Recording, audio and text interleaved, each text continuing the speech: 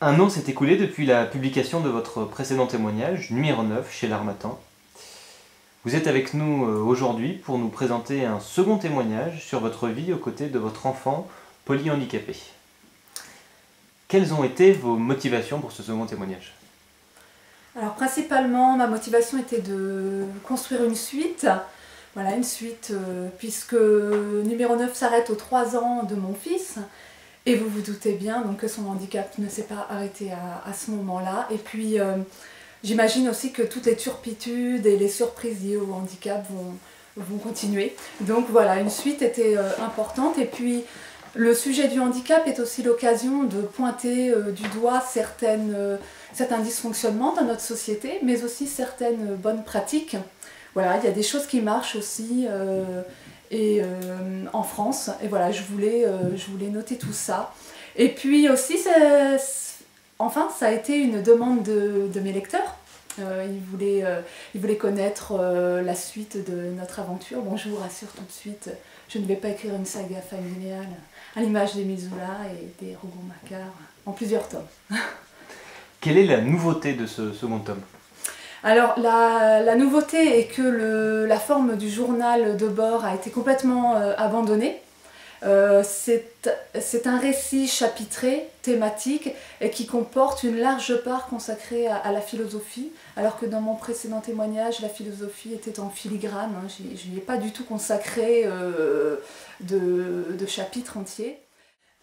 Alors dans ce chapitre consacré à la philosophie, j'ai approfondi la façon dont les enseignements philosophiques m'ont grandi, m'ont aidé à vivre les épreuves au quotidien, et la façon dont la philosophie m'aide à envisager la vie sous un regard neuf.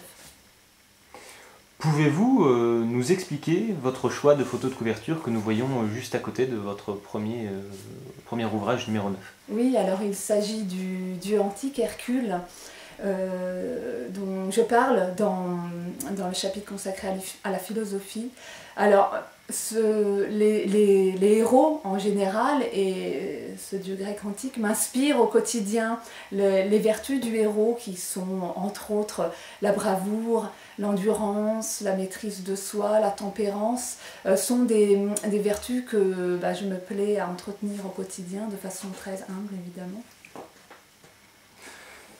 Vous vouliez, il me semble, apporter une mention spéciale à propos de la musique d'ouverture de cette vidéo.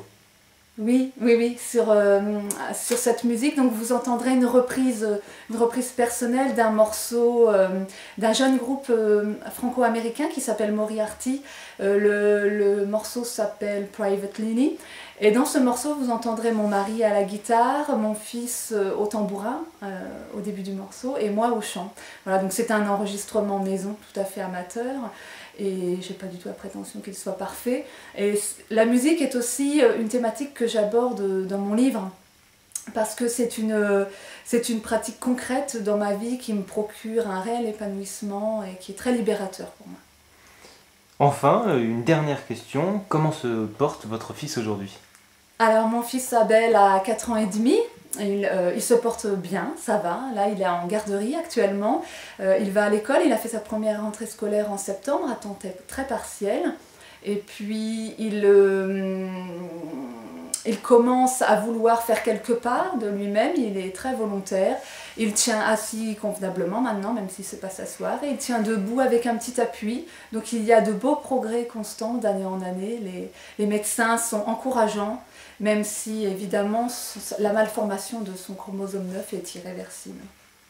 Merci Cécile pour toutes ces précisions et au revoir. Merci, au revoir.